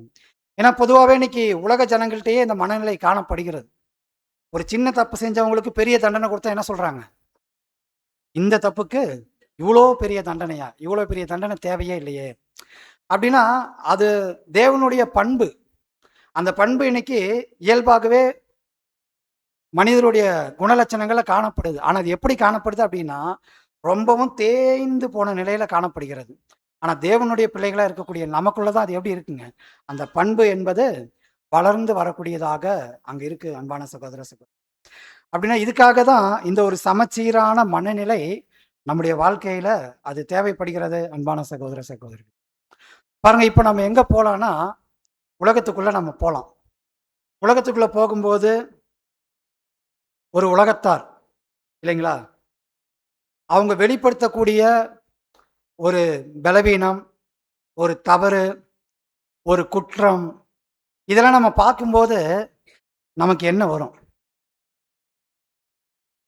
இல்லை ஒருவேளை ஒரு உலகத்தார் நமக்கு எதிராக ஒரு தவறு செய்யும்போது, ஒரு குற்றம் செய்யும்போது, இல்லை ஒரு தீமை காரியங்களை பேசும்போது நமக்கு என்ன தோணும்? முதல்ல எடுத்தோன்னு நீங்க சொல்ற பதில் தான் நம்ம சீரான மனநிலையில் இருக்கிறோமா இல்லை சீரற்ற மனநிலையில் இருக்கிறோமான்றத தீர்மானிக்கும். இல்லை ஒருத்தர் ஒரு குற்றம், ஒரு தவறு, ஒரு தீமை செய்யறார் அப்படின்னா நாம் அதை எப்படி பார்ப்போம்? அறியாமையில் செய்கிறாங்க, ஏன் இப்படி பண்ணுறாங்க? நல்ல வேளை யாருக்குமே கோபம் வராதுன்னு நினைக்கிறேன். சொல்லிட்டீங்களா? பாருங்க, அப்படின்னா ஒரு உலகத்தார் ஒரு தீமையை வெளிப்படுத்தும் போதோ, ஒரு தவறு செய்யும் போதோ, அல்லது ஒரு குற்றம் செய்யும் போதோ முதலாவது நம்ம அவங்களை எப்படி பார்க்கணும் அப்படின்னு நம்ம பார்க்கும்போது, இவர் செய்யக்கூடிய இந்த தவறுக்கு யார் காரணங்க? முதல்ல அவரே காரணம் இல்லை. அப்படின்னா ஆதாமுடைய விழுகைக்குள்ளதான் என்ன செய்யறாங்க, இன்னைக்கு முழு உலக ஜனங்களும் இருக்கிறாங்க. அப்படின்னா அந்த விழுகைக்கு காரணம் யார் அப்படின்னு பார்க்கும்போது ஏறக்குறைய ஆதாமுடைய கீழ்ப்படியாமை அப்படின்றத நான் பார்க்குறோம். அன்பானவர்களே, அப்படின்னா அந்த ஒரு தவறு, அந்த ஒரு குற்றம், அந்த ஒரு பாவம், இதை நம்ம எப்படி பார்க்கணும் அப்படின்னு பார்த்தீங்கன்னா முதல்ல நம்ம தேவனை பற்றி நம்ம என்ன பார்த்தோங்க, அன்பானவர், இரக்கம் உள்ளவர். அப்படின்னா மற்றவங்களுடைய தவறு, மற்றவங்களுடைய குற்றம், மற்றவங்களுடைய குறைகளை நம்ம எப்படி பார்க்கணும் அப்படின்னு சொன்னீங்கன்னா அவங்களுடைய தவறுக்கு, அவங்களுடைய விழுகைக்கு முதலாவது அவங்களே காரணம் கிடையாது அப்படின்றத புரிஞ்சுக்கணும். புரிஞ்சுக்கிறது மாத்திரம் இல்லாமல் அவங்களுடைய இந்த ஒரு நிலைக்கு யார் காரணம் அப்படின்னு பார்க்கும்போது ஆதாமுடைய விழுந்து போன தன்மை அப்படின்றத முதலாவது நம்முடைய மைண்டுக்கு நம்ம கொண்டு வரக்கூடியவர்களாக நம்ம இருக்கணும். ஸோ அடுத்து நாம் என்ன செய்யணும் அப்படின்றத வாசிக்கலாம். வாசிங்க சார். மனுகுலத்தின் மேல் நம்முடைய விசாலமான பரிவிரக்கமானது வளர வேண்டும். பாருங்க, என்ன செய்யணுங்க அடுத்து?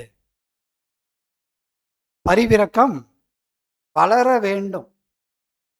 ஒருவேளை அவங்க அந்த மாதிரி செய்யும்போது முதல்ல நம்ம புரிஞ்சுக்கணும் அவங்களுடைய அந்த நிலைக்கு அவங்க காரணம் இல்லை அப்படின்றத நினச்சிட்டு அடுத்து அவங்க மேலே நம்ம என்ன செய்யணுங்க, இரக்கத்தின் அடுத்த கட்டம் தான் பரிவிரக்கம்.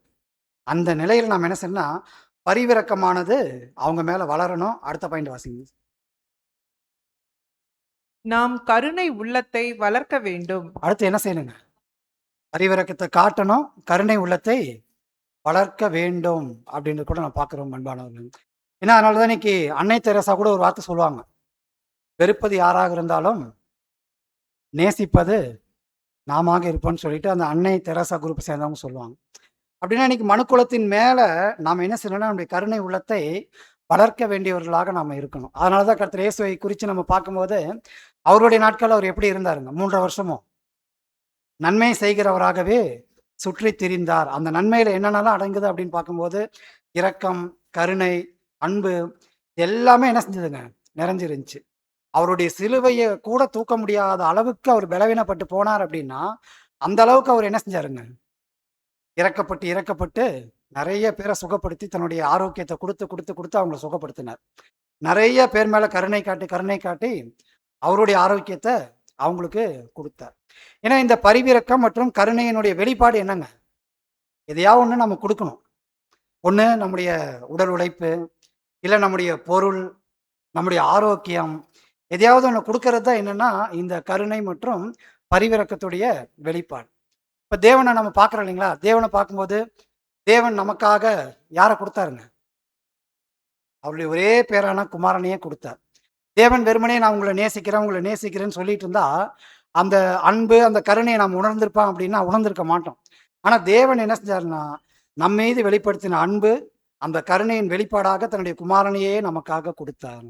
இப்போ நாமளும் இன்னைக்கு யார் மேலேயாவது ஒரு கருணை காட்டுறோம், யார்கிட்டயாவது ஒரு அன்பை காட்டுறோம் அப்படின்னா, ஒரு பரிவிரக்கத்தை காட்டுறோம் அப்படின்னா அதை நம்ம வெளிப்படுத்தணும். ஏதோ ஒரு வகையில் ஆறுதலான வார்த்தைகள், இல்லை சில பொருட்கள், சில பண உதவி, சில உடல் உழைப்பு, சில ஆரோக்கியத்தை கொடுக்கறது. இதுதான் என்ன அப்படின்னு பார்க்கும்போது கருணையுடைய வெளிப்பாடு, அன்பினுடைய வெளிப்பாடாக அங்கே இருக்கு அப்படின்னு பார்க்குறோம். ஸோ இப்படி நாம் உலக ஜனங்களுக்கு நாம் கருணை உள்ளத்தை வளர்க்கக்கூடியவர்களாக நாம் இருக்கணும். அடுத்த ஸ்லைட் போடுங்க.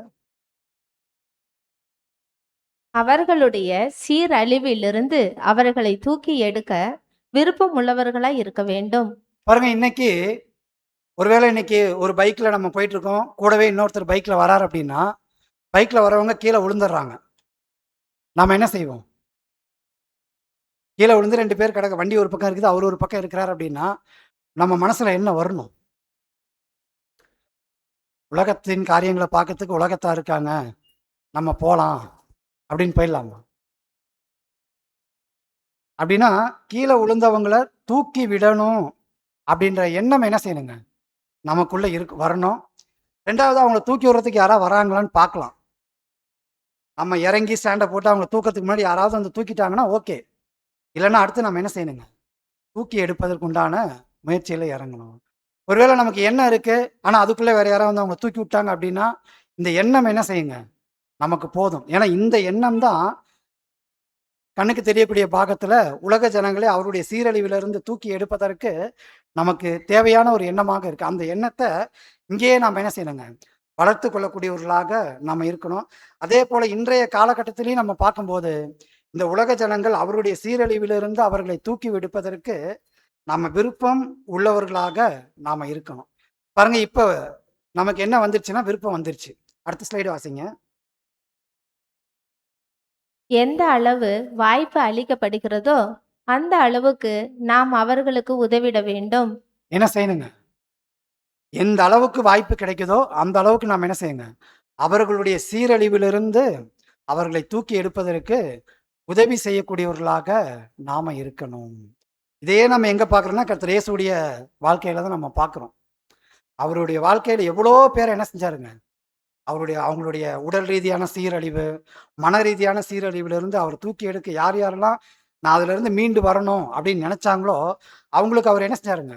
உதவி செய்யக்கூடியவராக இருந்தார். அதே போலதான் நம்முடைய வாழ்க்கையிலும் உலக ஜனங்கள் அவருடைய சீரழிவிலிருந்து அவங்க மீண்டு வரணும்னு விரும்பக்கூடியவர்களாக இருக்கிறாங்களா? நமக்கு வாய்ப்பு கிடைக்குதா? கண்டிப்பா அவங்களுக்கு நாம் என்ன செய்யணுங்க? உதவி செய்யக்கூடியவர்களாக நாம் இருக்கணும். அதுக்காக நம்ம என்ன செஞ்சிடக்கூடாது அப்படின்னா நம்மளே போய் வாய்ப்பை உருவாக்கக்கூடாது. வாங்க நான் உங்களுக்கு உதவி செய்கிறேன், நீங்க திருந்தி வாங்க அப்படின்ற நிலைக்கு நம்ம போயிடக்கூடாது. வாய்ப்பு கிடைக்கும் போது கண்டிப்பா நம்ம செய்யணும். ஆனா அந்த எண்ணம் நமக்கு என்ன செய்யணுங்க? கண்டிப்பா எப்பொழுதும் அங்க இருக்கணும் அப்படின்றது கூட நாம் பார்க்கிறோம் அன்பானவர்களே. ஸோ இப்படி நாம செய்யக்கூடியவர்களாக, இப்படி நாம இருக்கக்கூடியவர்களாக இருந்தோம் அப்படின்னா கண்டிப்பா நம்ம எப்பேற்பட்டவர்களாக இருப்போம் அப்படின்னு நம்ம பார்க்கும்போது ரோமர் 12ஆம் அதிகாரம் 17வது வசனம். ஒருவனுக்கும் தீமைக்கு தீமை செய்யாதிருங்கள், எல்லா மனுஷருக்கு முன்பாகவும் யோக்கியமானவைகளை செய்ய நாடுங்கள்.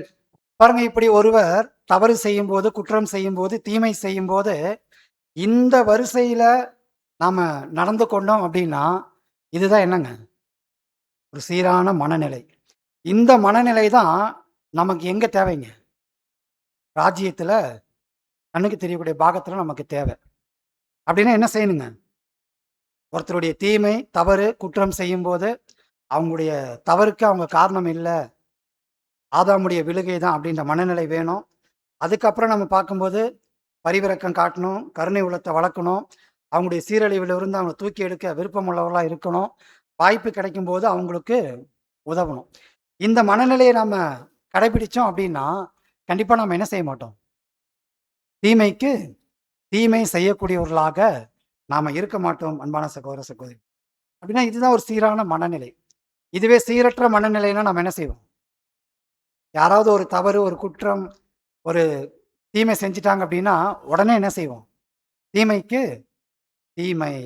அப்ப இந்த தீமைக்கு தீமை செய்வது என்பது, இது என்னங்க? சீரான மனநிலை அங்க கிடையாது.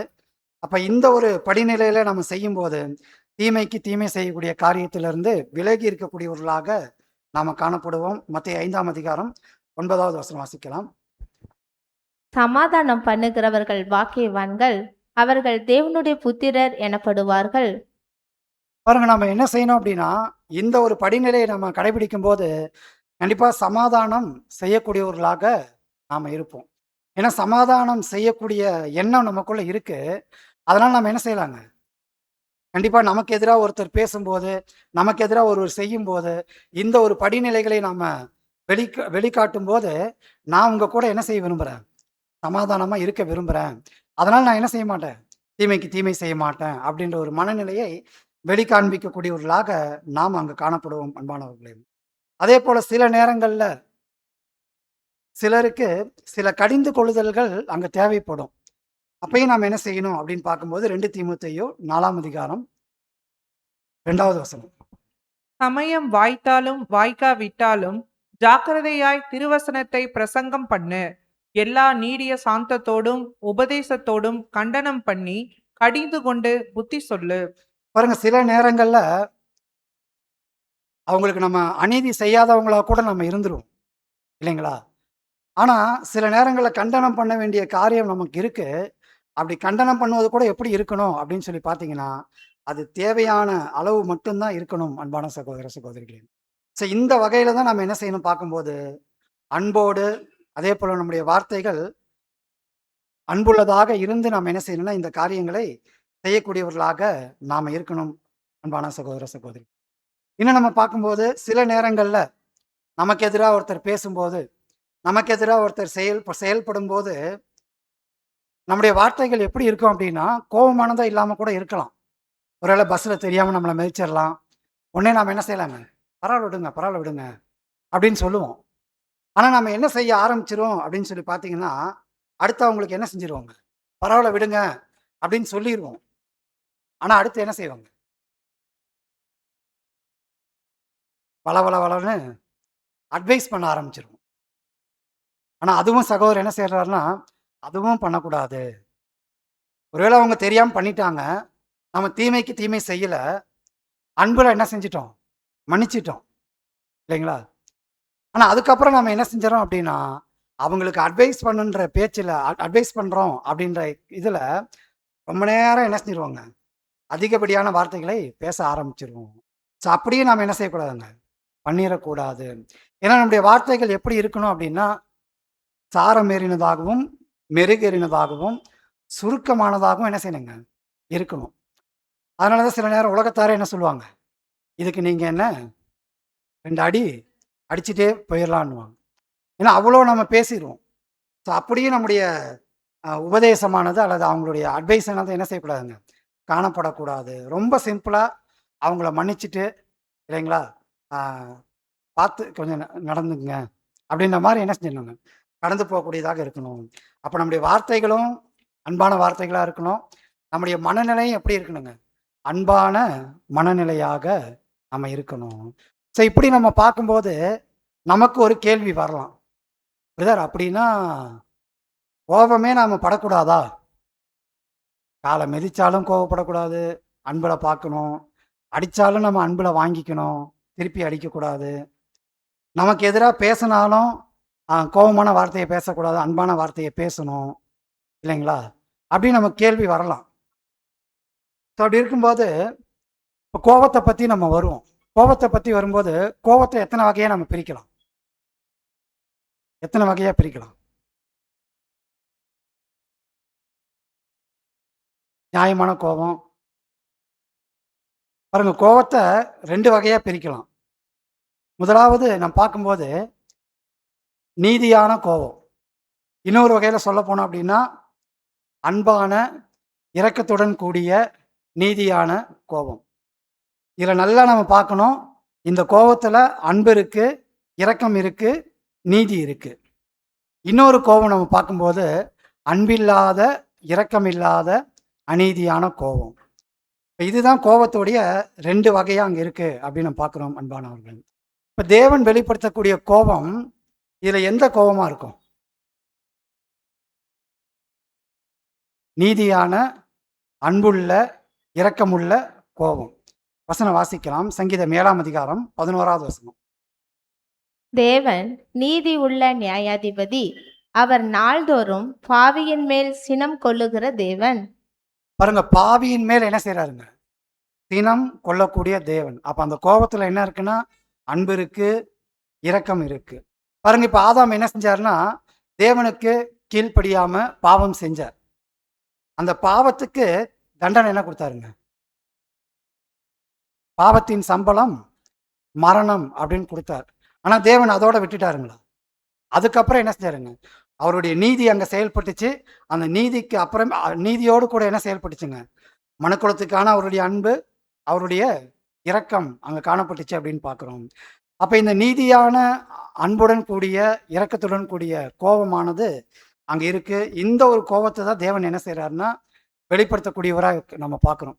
அப்ப வேதாகமத்துல நம்ம பார்க்கும்போது தேவன் எங்கெங்கெல்லாம் கோபப்பட்டாரு அப்படின்ற விஷயங்கள் எல்லாமே பார்த்தோம்னா அதுல இந்த அன்பு இருக்கும், இரக்கம் இருக்கும், நீதி இருக்கும். இதன் அடிப்படையில தான் தேவனுடைய கோபம் அங்க வெளிப்பட்டிருக்கும் அப்படின்றது கூட நம்ம பார்க்கிறோம் அன்பானவர்கள்.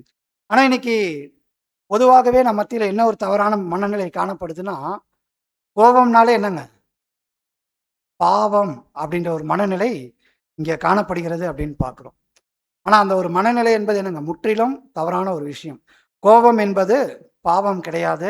மாறாக அந்த கோபத்தோடு கூட சேர்ந்து வரக்கூடிய எண்ணம், இல்லைங்களா, உணர்வு, இதுதான் அந்த கோபத்தை நீதியான கோபமா அநீதியான கோபமான்றது தீர்மானிக்குது. கோபத்தோடு கூட நீதி, அன்பு, இரக்கம் வந்துச்சு அப்படின்னா அது பாவம் கிடையாது. அதே இந்த கோபத்தோடு கூட அநீதி, அன்பில்லாமை, இரக்கம் இல்லாமை சேர்ந்து வந்து ஒரு உணர்வை வெளிப்படுத்தி அந்த உணர்வு கிரியைகளா வரும்போது அங்க என்ன ஆகுதுங்க? அது பாவத்தை காண்பிக்கக்கூடியதாக அங்க இருக்கு. எனவே கோபமானது அது பாவம் அப்படின்ற மனநிலை, அது ஒரு தவறான மனநிலையா இருக்கு அப்படின்னு பார்க்கிறோம் அன்பானவர்கள். பாருங்க, இப்ப தேவனுடைய விஷயத்துல வரும்போது தேவன்கிட்ட என்ன இல்லைங்க? பாவமே அங்க இல்லை அப்படின்னு பார்க்கிறோம்.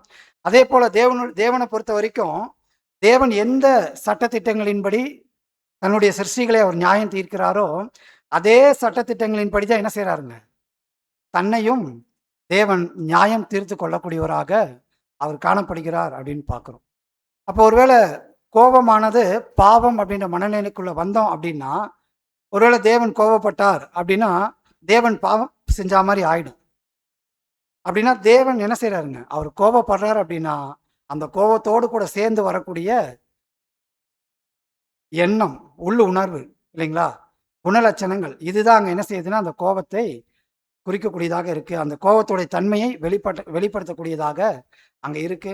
அதனால எப்பயுமே தேவன் வெளிப்படுத்தக்கூடிய கோபத்துல அன்பு இருக்கும், நீதி இருக்கும், இரக்கம் அங்க இருக்கும் அப்படின்னு பார்க்கிறோம். அதே போல தேவன் என்ன செய்ய மாட்டார் அப்படின்னா ஒருபோதும் பாவம் செய்யாதவர் அப்படின்றது கூட எப்பயுமே நம்முடைய மனசுல நம்ம நிலைநிறுத்தக்கூடியவர்களாக நம்ம இருக்கணும். அடுத்த ஸ்லைட் போடுங்க. பாருங்க, தேவனுடைய விஷயத்துல தேவன் வந்து தவறிழைப்பார் அப்படின்ற ஆபத்தே அவருடைய விஷயத்துல கொஞ்சம் கூட கிடையாது. அடுத்து பாருங்க, சரியானவற்றை குறித்து தேவன் எப்பயுமே என்ன செய்ய மாட்டாருங்க? கோபம் கொள்ள மாட்டாரு, அடுத்து நம்ம பார்க்கும்போது தப்பான விஷயங்களை எப்பயுமே தேவன் என்ன செய்ய மாட்டாருங்க, ஏற்றுக்கொள்ளவே மாட்டார். அதே போல தவறான காரியங்களுக்கு தேவன் என்ன செய்ய மாட்டாருங்க, எப்பயுமே வளைந்து கொடுக்க மாட்டார். அடுத்து நம்ம பார்க்கும்போது தேவன் எப்பயுமே சரியானவற்றை எதிர்க்க மாட்டார் அப்படின்ற விஷயத்தையும் நம்ம பார்க்குறோம் அன்பான சகோதர சகோதரி. இது எல்லாமே தேவனுடைய பண்புகள். அதனால நம்ம என்ன செய்யலாம் அப்படின்னா, அதே போல தேவனுடைய ஞானம் என்பது அது ஒரு பரிபூர்ணமான ஞானம். அந்த பரிபூர்ணமான ஞானத்தினால தேவனுடைய நடவடிக்கைகள் எப்படி இருக்கும் அப்படின்னா, எப்பயுமே பரிபூர்ணமான நடவடிக்கைகளாக அங்க காணப்படும் அன்பான சகோதர சகோதரி. ஸோ இது எல்லாமே எதற்காக நம்ம பார்க்குறோம் அப்படின்னா, தேவன் கோபப்பட்டாருன்னா அது சரியா இருக்கும். தேவன் கோபப்பட்டாருன்னா அதுக்கப்புறம் என்ன ஆகுதுங்க, பாவமான ஒரு செயலோ பாவமான ஒரு காரியத்தையோ தேவன் வெளிப்படுத்த மாட்டார். அப்படின்றத நிரூபிப்பதற்காக தான் இவ்வளோ காரியங்களையும் நம்ம எடுத்து காண்பிக்கிறோம். இப்போ நம்முடைய விஷயத்துக்கு நம்ம வருவோம் இல்லைங்களா? இப்போ நம்ம விஷயத்துக்கு வரும்போது கோபம் 2 வகையா இருக்கு. நீதியான, அன்புள்ள, இரக்கமுள்ள கோபம் இருக்கு. அன்பற்ற, நீதியற்ற, இரக்கமற்ற கோபம் இருக்கு. இப்போ நம்ம கோபப்படலாமா, படக்கூடாதா? தேவன் கோபப்பட்டாருன்னா அது சரியா இருக்கும். அவர் தப்பு செய்ய மாட்டாரு. தவறுக்கு வளைஞ்சு கொடுக்க மாட்டாரு. சரியான காரியத்தை எதிர்க்க மாட்டாரு. இது எல்லாமே நம்ம பார்க்குறோம். அதனால அவர் கோபப்பட்டாருன்னா சரியானது, சரியா இருக்கும். அது நீதியான, அன்புள்ள, இரக்கமுள்ள கோபமா இருக்கும். நம்முடைய விஷயத்துல வரும்போது நம்ம அபூர்ணமானவர்கள், நம்முடைய நடவடிக்கைகள் அபூர்ணமானவைகள், விழுந்து போனவர்கள் அல்லது விழுந்து போன நிலையிலிருந்து மீண்டு வந்து கொண்டே இருக்கக்கூடியவர்கள். இப்படின்னு இருக்கும்போது கோபம் வந்து சரி, தவறு, நீதி, அநீதி இது எல்லாமே நம்ம பார்க்குறோம். இப்போ நம்ம கோபப்படலாமா, வேணாமா? படலாங்களா? இல்ல கோபம் நமக்கு தேவையா? என்ன பத பொசுக்குன்னு ஒரு கேள்வி கேட்டீங்க. சாப்பிடாம கூட நான் இருந்துருவேன். ஆனா கோபப்படாம நான் இருக்க மாட்டேன். அப்படின்னு நம்ம சொல்றோம் இல்லைங்களா? அப்படின்னா என்ன சொல்லாங்க? அடுத்த ஸ்லைடு வாசிங்க பிரதர். வாசிங்க. நீங்கள் கோபம் கொண்டாலும் பாவம் செய்யாதிருங்கள். சூரியன் அஸ்தமிக்கிறதுக்கு முன்னதாக உங்கள் எரிச்சல் தணிய கடவது. அடுத்த ஸ்லைடு போட்டுங்க. கோபமானது நமக்கு முறையான ஒன்று என எண்ணுவோமேயானால் அதை நாம் மிகுந்த விவேகத்தோடு அல்லது முன்ஜாக்கிரதையோடு பயன்படுத்த வேண்டும். பாருங்க, மேலேயே சொல்லிட்டார். கோபமானது நமக்கு முறையான ஒன்று என எண்ணுவோமேயானால். அப்படின்னா நம்ம கோபப்படக்கூடிய சூழ்நிலை வரும்போது நம்ம என்ன நம்மளே கேட்டுக்கணுங்க, இந்த கோபம் முறையா, எனக்கு இப்ப தேவையா, இல்லை இதை நான் வெளிப்படுத்தணுமா அப்படின்னு முதல்ல ஒரு கேள்வி வரணும். அடுத்து என்ன செய்யணுங்க, ஒருவேளை இந்த கோபம் தேவையானது தான், இது நீதியானது தான், இது அன்பானது தான், இது இரக்கமானது தான் அப்படின்னு நம்ம நினைச்சோம் அப்படின்னா அடுத்து என்ன செய்யணுங்க, நினைக்கிறது ஒரு பக்கம் இருந்தாலும் அடுத்து அதை என்ன செய்யணுங்க, பயன்படுத்தும் போது இந்த 2 விஷயத்தையும் நம்ம என்ன செய்யணுங்க, கடைபிடிக்கணும். ஒன்று மிகுந்த ஜாக்கிரதை, 2வது மிகுந்த விவேகத்தோடு இந்த இந்த கோபத்தை நாம் வெளிப்படுத்தக்கூடியவர்களாக நாம் அங்கே காணப்படணும் அன்பான சகோதர சகோதரிகளே. அப்படின்னா எப்பப்பெல்லாம் நமக்கு கோபம் வருதோ முதல்ல ஒரு கேள்வி நம்ம கேட்கணும், இந்த கோபம் இப்போ எனக்கு தேவையா? அப்படின்னா ஒருவேளை தேவையில்லைன்னா என்ன செஞ்சிடலாங்க, ஸ்டாப் பண்ணிடலாம். இன்னைக்கு நாம் என்ன செய்கிறோங்க, நிறைய உணவுல கட்டுப்பாடாக இருக்கணும் அப்படின்னு சொல்லிட்டு ஒரு உணவு நம்ம முன்னாடி வந்துச்சுன்னா நம்ம என்ன செய்யணுங்க, கண்ட்ரோலாக இருக்கணும், இது இப்போ தேவையில்லை அப்படின்னு ஒதுக்குறோம்.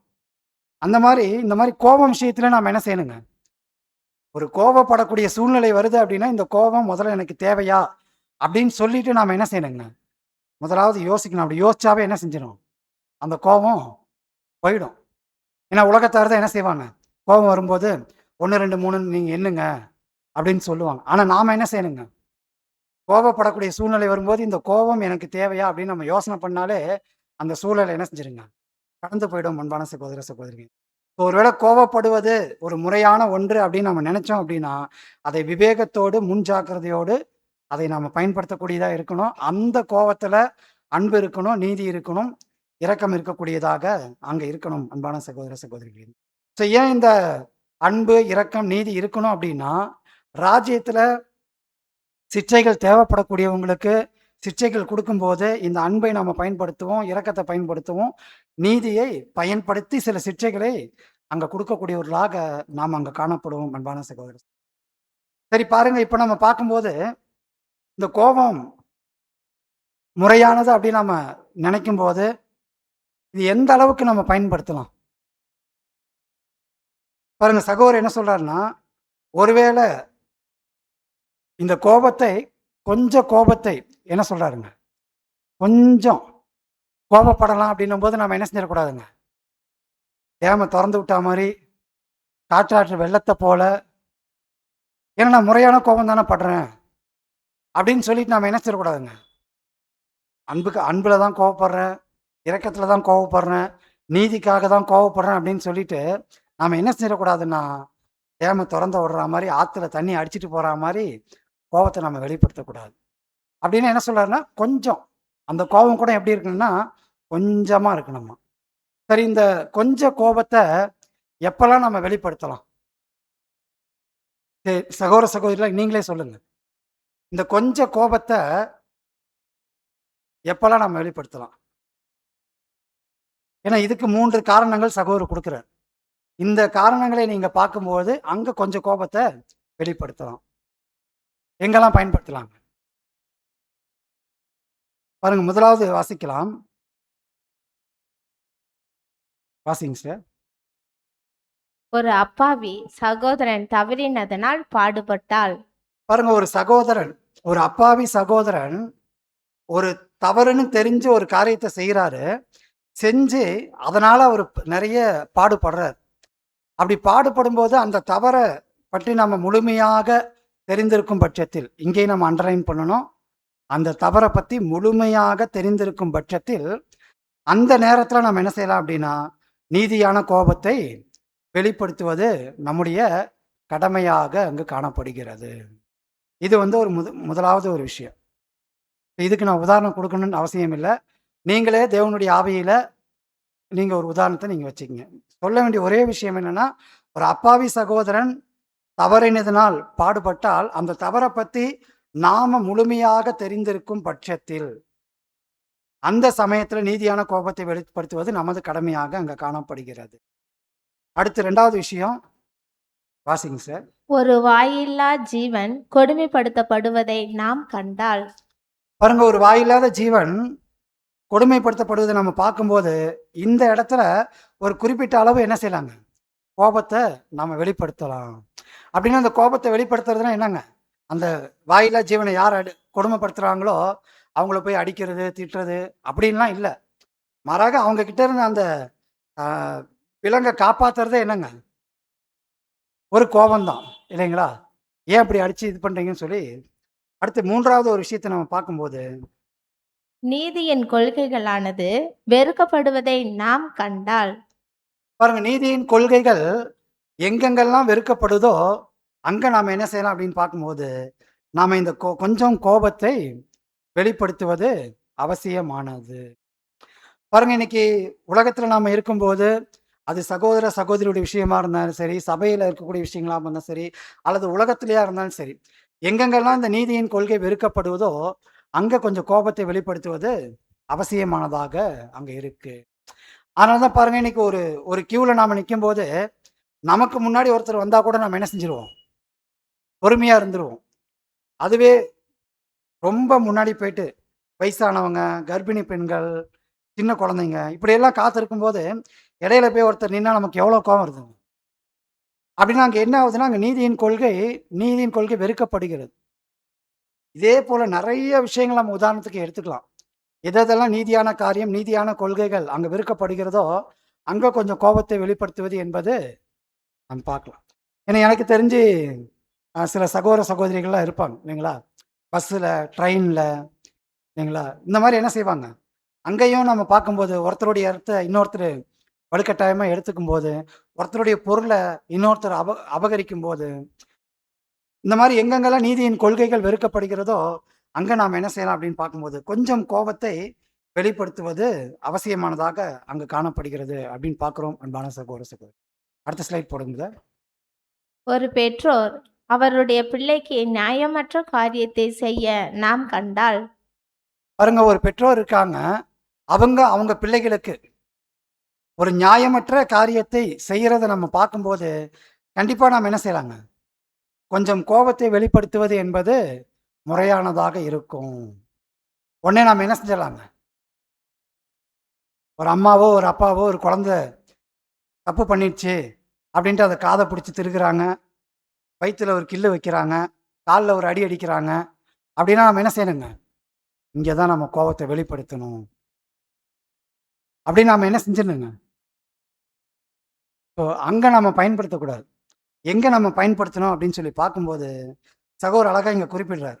ஒரு பெற்றோர் அவருடைய பிள்ளைக்கு நியாயமற்ற காரியத்தை செய்ய நாம் கண்டால் அக்குழந்தையின் ஜீவனுக்கு ஆபத்தில்லாதவரை நாம் தலையிடக்கூடாது. அது வெறுமனே கிள்ளுவதோ அல்லது காதை திருகுவதாக இருந்தால் நாம் அதில் தலையிடக்கூடாது. அது நம்முடைய வேலையும் அல்ல. ஸோ அப்போ எப்போ நாம் தலையிடணும் அப்படின்னா, ஒருவேளை அந்த குழந்தையோடைய சரீரத்துக்கு மிகப்பெரிய தீங்கு ஏற்படுகிறது, ஆபத்து ஏற்படுது அப்படின்னா, கண்டிப்பாக அங்கே ஜீவனுக்கு ஆபத்து ஏற்படுது அப்படின்னா அங்கே நாம் என்ன செய்யணுங்க, தலையிடக்கூடியவர்களாக நாம் இருந்திருக்கணும். ஒருவேளை கேரளாவில் அந்த 1.5 வயசு குழந்தைய சித்திரவதைப்படுத்தும் போது இந்த மாதிரி யாராவது தலையிட்டு இருந்தாங்க அப்படின்னா என்ன இருக்குங்க, கண்டிப்பாக அந்த குழந்தை இறந்து. இதே மாதிரி நிறைய நம்ம பார்க்குறோம். ஏன்னா இதெல்லாம் சகோதரர் அப்பயே உதாரணமாக கொடுத்துட்டார். இந்த மாதிரி ஒரு குழந்தையோடைய ஜீவனுக்கு ஆபத்து இல்லாத வரைக்கும் நம்ம அமைதியாக இருக்கணும். ஒருவேளை ஆபத்து அப்படின்னு தெரிஞ்சா நம்மளுடைய லெவலுக்கு உட்பட்டு முடிஞ்சா நம்ம என்ன செய்யணுங்க, வசனம் வாசிக்கலாம். 1 பேதுரு 4:15. ஆதலால் உங்களில் ஒருவனும் கொலை பாதகனையாவது, திருடனையாவது, பொல்லாங்கு செய்தவனையாவது, அந்நிய காரியங்களில் தலையிட்டு கொண்டவனையாவது பாடுபடுகிறவனாய் இருக்கக்கூடாது. பாருங்க, நம்ம இந்த மாதிரி விஷயங்களுக்கெல்லாம் கோவப்படலாம் அப்படின்னு சொல்லிட்டு தேவையில்லாமல் என்ன செஞ்சிடக்கூடாதுங்க. மற்றவங்களுடைய விஷயத்தில் தலையிட்டோம் அப்படின்னா அது அந்நிய காரியங்களில் தலையிடுவது ஆகிடும். அதனால தேவன் நம்ம கொடுத்துருக்கக்கூடிய அந்த ஞானத்தில் நம்ம என்ன செய்யணுங்க, நம்ம காரியங்களை செய்யக்கூடியவர்களாக இருக்கணும். இன்னொரு ஸ்லைட் போடுங்க, வாசிங்க சார். ஆனாலும் இம்மாதிரியான காரியங்கள் மிகவும் அரிதான ஒன்றாக இருக்க வேண்டும். பாருங்க, ஒரு அப்பாவி சகோதரன் தவறினதுனால் பாடுபட்டா அங்கே நம்ம கோவப்படலாம். வாயிலா ஜீவன் துன்புறுத்தப்படும் போது கோவப்படலாம். நீதியின் கொள்கைகள் மீறப்படும் போது கோவப்படலாம். அதே போல் ஒரு பெற்றோர் தன்னுடைய குழந்தைகளுக்கு ஜீவனுக்கு நஷ்டத்தை ஏற்படக்கூடிய விதத்தில் நடந்து கொண்டா அங்கே நம்ம கோவப்படலாம் அப்படின்னு இருந்தாலும் இதெல்லாம் எப்படி இருக்கணுங்க, அரிதான காரியமாக இருக்கணும், எப்பயாவது ஒரு டைம். ஸோ இந்த அளவுக்கு தான் நம்முடைய காரியங்கள் என்ன செய்யணும் அப்படின்னா அங்கு நம்ம காணப்படணும் அப்படின்றது கூட நம்ம பார்க்குறோம் அன்பான சகோதரர். சரி, இப்படி இருக்கும்போது தேவனுடைய பிள்ளைகள் இந்த முறையான நீதியான அன்புடன் கூடிய கோபத்தை தேவையான அளவு கொஞ்சமாக கீழ்கண்ட காரியங்களுக்காக அவங்க வெளிப்படுத்தக்கூடியவர்களாக இருக்கணும் அப்படின்னு நம்ம பார்க்கும்போது, இப்படி நாம் வெளிப்படுத்தணும் அப்படின்னா இதுதான் என்னங்க, ஒரு சீரான ஒரு மனநிலையாக அங்கே நமக்கு காணப்படும் அப்படின்னு கூட நாம் பார்க்குறோம் அன்பானவர்களே. இப்படி இருக்கும்போது இந்த பூமியில் இருக்கக்கூடிய நாம் கண்டிப்பாக நம்ம என்ன செய்யணும் அப்படின்னா அதிகமாக தேட வேண்டிய சில விஷயங்கள் அங்கே இருக்குது. என்னென்ன விஷயங்கள் அப்படின்னு நம்ம பார்க்கும்போது, தெளிந்த புத்தியின் ஆவி, இவைகளை நாம் என்ன செய்யணுங்க, தேடக்கூடியவர்களாக இருக்கணும். அன்பின் ஆவி, இவைகளை நம்ம தேடக்கூடியவர்களாக இருக்கணும். நியாயத்தன்மை, இந்த நியாயத்தன்மையை தேடக்கூடியவர்களாக நாம் இருக்கணும். இதுதான் திரைக்கு இந்த பக்கம் இருக்கக்கூடிய நாம தேடக்கூடிய காரியங்களாக அங்கே காணப்படுகிறது அன்பான சகோதரர். ஸோ இவைகளை நம்ம தேடும்போது கண்டிப்பாக ஒரு சீரான மனநிலையில் வளரக்கூடியவர்களாக நாம் இருப்போம்.